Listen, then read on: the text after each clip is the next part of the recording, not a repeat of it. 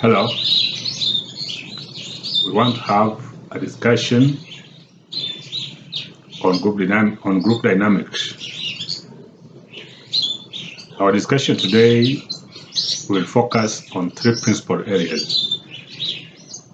These are the meaning of social groups, secondly, the meaning of group dynamics, and thirdly, the elements or features of social groups. Groups are important in the development of humanity, especially in organizational and community development.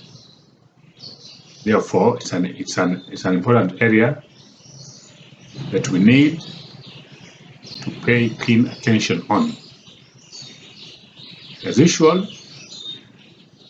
I want to encourage students who may have any issue to raise to note it down so that we may handle it at appropriate time during our normal face-to-face meetings. Welcome to this discussion.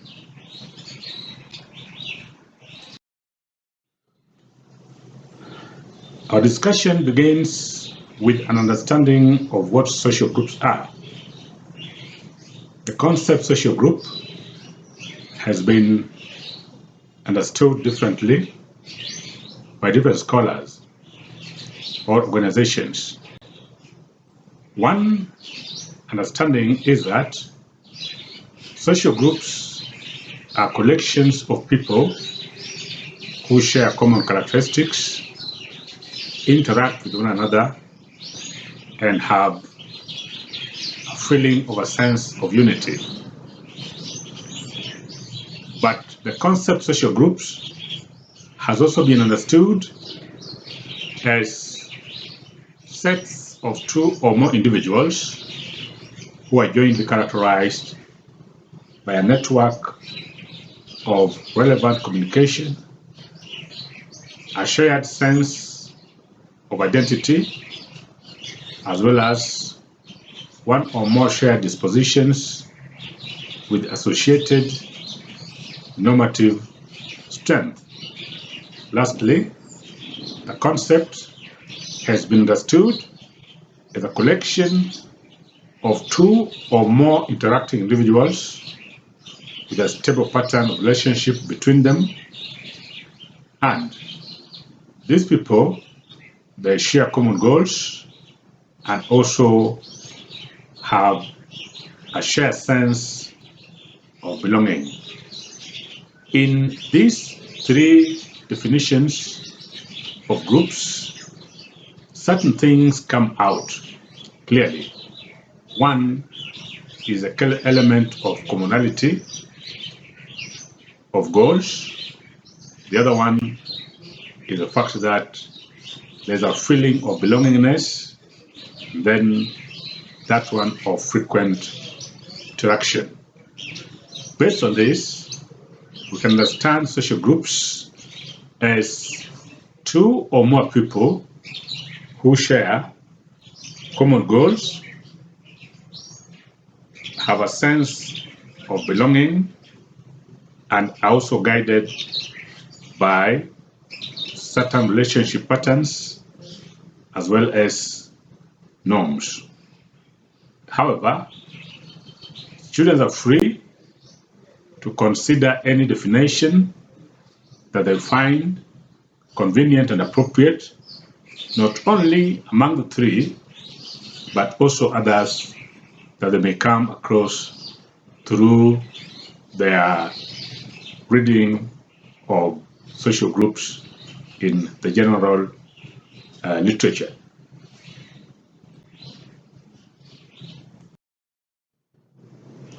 Before we look into the concept group dynamics, it is important for us to give a distinction between social groups and rather closely related concepts. And these concepts are social category and social aggregate. What are they and how do they differ from social group? When you talk of social category, we simply mean a collection of individuals who have at least one attribute in common, but otherwise do not necessarily interact. For instance, a youth can be considered a social category. This is because their common characteristic is age. College students is also another example of a social category because their common goal is pursuit of education or studies. So any group that shares similar characteristics, we call them a social category. So that workers or employees of a given organization can be considered a social category. Students, members of a political party can also be considered a social category. Then we have the term social aggregate. A social aggregate is a collection of people who are in the same place at the same time, but who do not necessarily interact, except in a more shallow way.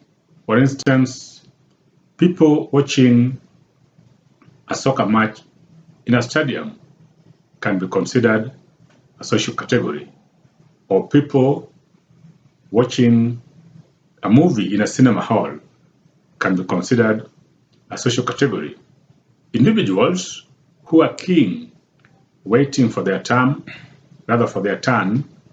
to access an ATM machine can also be considered a social aggregate, or individuals in a bus park waiting to board a vehicle, or those who have just disembarked from a public service vehicle can also be considered a social category.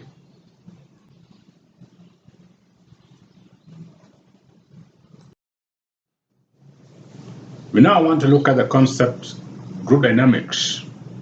Group dynamics is the study of the nature, formation, and motivation behind group formation.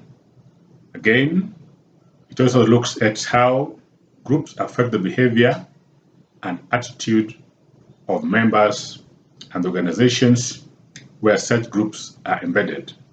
It explores how people work together, what factors facilitate cohesion and cooperation. It looks at how leadership efficiency or efficacy is achieved, or what can undermine that, and also how groups interact with outside groups.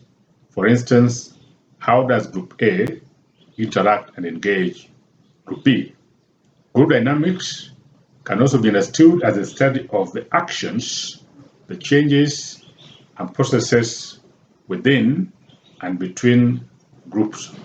So that if Group A has certain membership, Group B also has membership, then how do the two groups interact, and how do members in those particular groups interact? What are the changes? What are the activities? What are the processes that are involved in decision making, among other things? What makes certain groups effective and others not effective? All that falls within the domain of group dynamics. What then are the issues that are considered pertinent in the study of group dynamics? They include group formation, that is, what are the processes that individuals go through when they're forming a group? Group structure, that is, what are the things that are found in each and every group, or what are the things that are common to groups? How do groups function? What makes a group function well, and what makes others not function? How about interactions and forces that operate within a group and also between one group and the other group. All this becomes the major concern in our study of group dynamics. And indeed, there are issues that we are going to tackle in this group dynamics. However, our study of group dynamics will go slightly beyond some of the issues that we have mentioned here.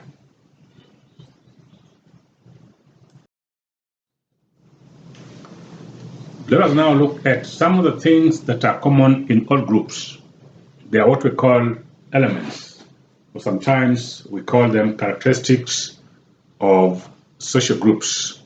One of the elements in any group, and indeed which is found in all groups, is that of interaction. In other words, members of a group often engage in some form of interaction. Sometimes the way people interact with each other within a group or between one group and the other may be pleasant or unpleasant to some members. And interactions groups can be grouped into two. One, there's what we call task interaction, and then the other one is called relationship interactions. In other words, the way members of a group interact with each other, or the way members of one group interact with the members of other groups, can broadly be categorized into two. That is, task interaction and relationship interaction. When you talk about task interaction, it's a form of interaction in groups which focuses on accomplishing group goals, projects, or plans, such as group meeting convened to discuss a group of budget. In other words, when you talk of a task interaction, it is basically the way members interact in order to accomplish certain tasks or assignments within the group. Again, we have what we call relationship interaction, and this one refers to a form of interaction in groups which focuses on facilitating or sustaining emotional bonds, member cohesion, or group unity. They include activities such as going for group retreat or organizing an India party for staff. It is still a form of interaction, but the major goal here is to enable members bond with each other, interact with each other, and socially grow. So interaction as an element of group, I want to emphasize again, can be classified into two, that is task interaction and relationship interaction.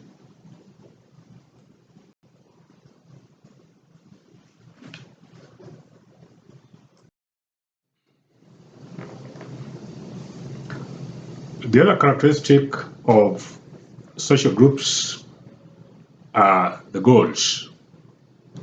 A goal can be understood as the desired result that a group foresee, plan, and commit to achieve within a given time frame.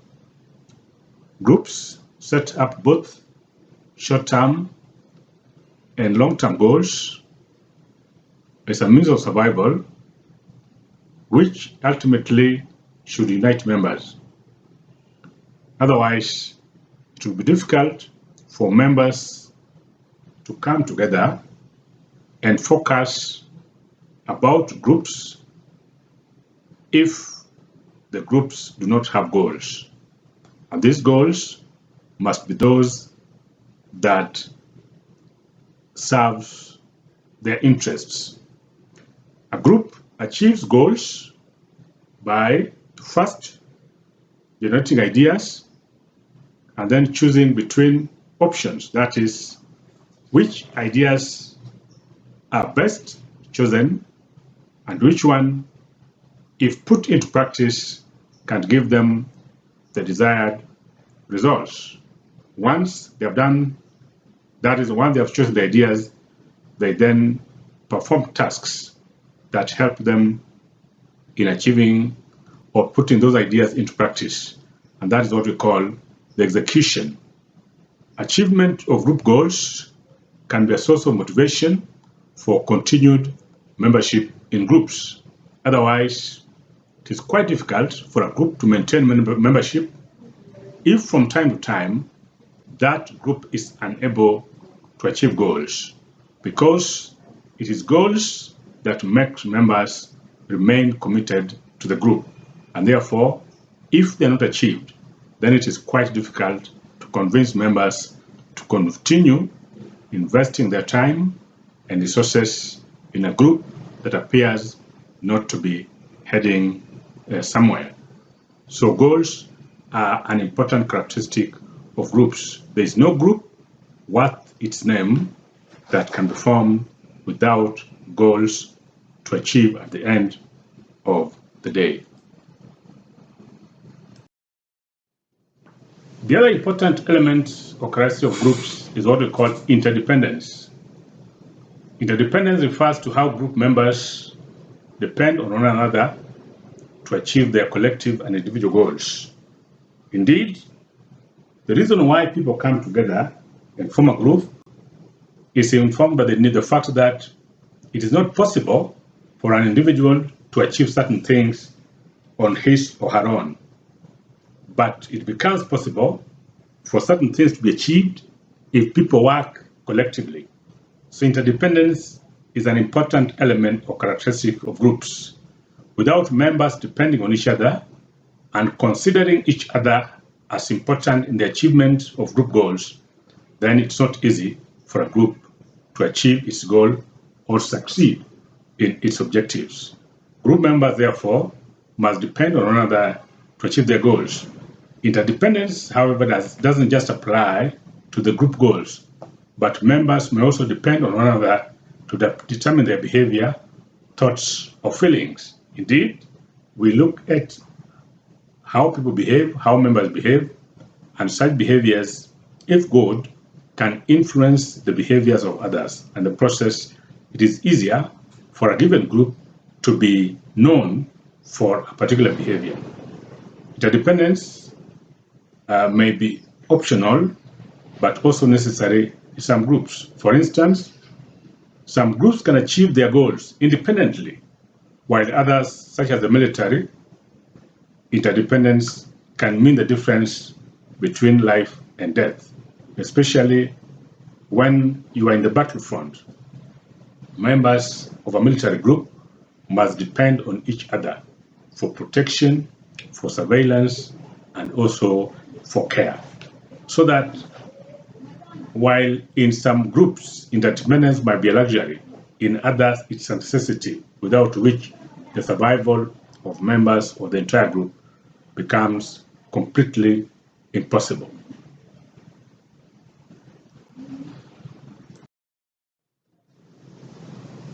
The other characteristic of groups is structure.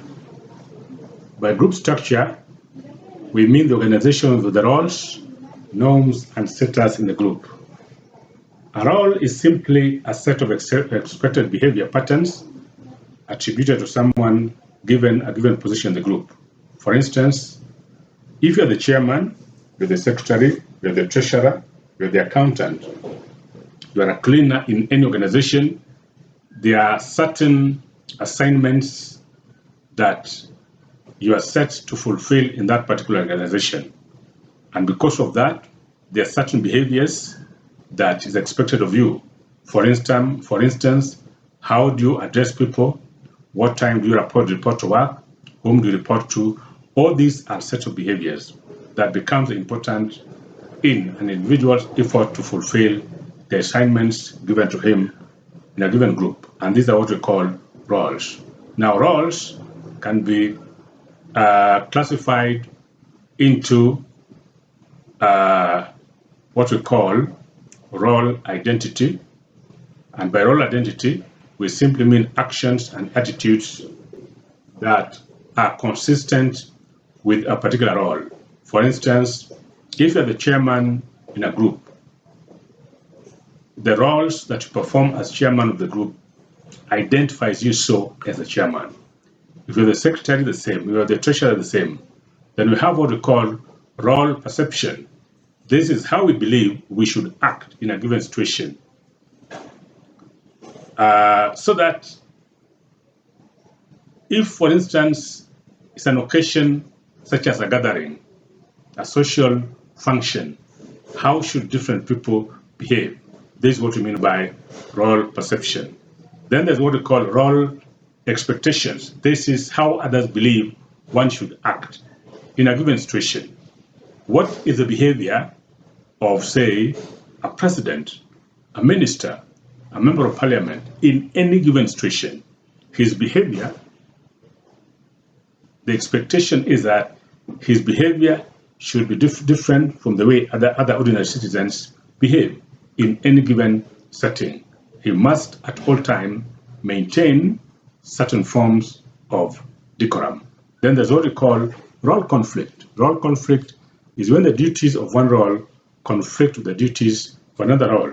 For instance, if you're the CEO of an organization and it happens that your son is also an employee of that organization, and your son has committed certain mistakes, it is possible that you may not apply, or the temptation not to fully apply, the rules of organizations pertaining punishment over individuals that have made certain mistakes. This is because of the fact that you are both a CEO and also a father to this particular individual. In that case, therefore, your role as a CEO might conflict with your role as a father. And in the process, certain tasks may, your execution of certain tasks may not go well or as expected. We are still under the structure of groups as a characteristic. So we want to look at norms. Norm is also a structure, part of the structure of a group. Norms are simply the acceptable standards of behavior within a group that are shared by the members. Or we can simply call them that the rules and regulations that govern the human conduct. Norms can be classified into what we call performance norms. Performance norms is about what's an acceptable level of effort and output. For instance, if you are the group chair, how well are you required to steer the group? So the expectations of you as the chairperson of the group, in terms of convening meetings, in terms of being a liaison between one group and other groups, and also in terms of helping groups raise and mobilize resources, they form under performance norms. Then there's what we call appearance norms. That is, what is expected code of dressing, breaks and work and respect to the seniors. How are you expected to dress given a given situation?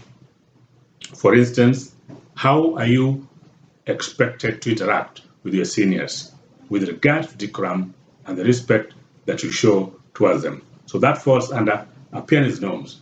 Then we have what we call social arrangement norms. This is what regulates interaction between members. For instance, how should members how should members interact within an office setting, within a work environment? All these standards, they are set up under what we call social arrangement norms. Then we have what we call allocation of resources norms. These are about standards by which pay, new equipment, and even these difficult tasks are assigned. So that how is organization's resources distributed? Who gets what? What is the minimum that people need to be given? What are the structures of pay?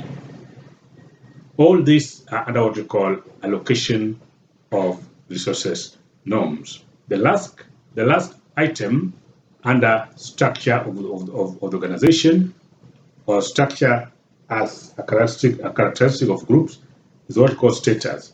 Status simply refer to the socially defined position or ranks given to groups or group members by others. And people who lead the group control its resources or make enormous contributions to its success. Such people normally have high status. Status in an organization can be what we call ascribed status. Ascribed status are status that are assigned to the individual naturally, that is, they are things or status that you inherit from or rather status that you acquire at birth.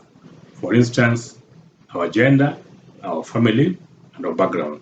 Then we have what we call achieved status. Achieved status are status that we acquire by virtue of hard work. Then there's what we call master status. Master status is a status that is normally known for. For instance, if you're the president, you may be the president, so presidency is a status. You also have father. Fatherhood is a status. Perhaps you also chair a particular organization, which also offers you a status in that organization. But the most prominent status that is known by everyone, perhaps, is your status of the presidency.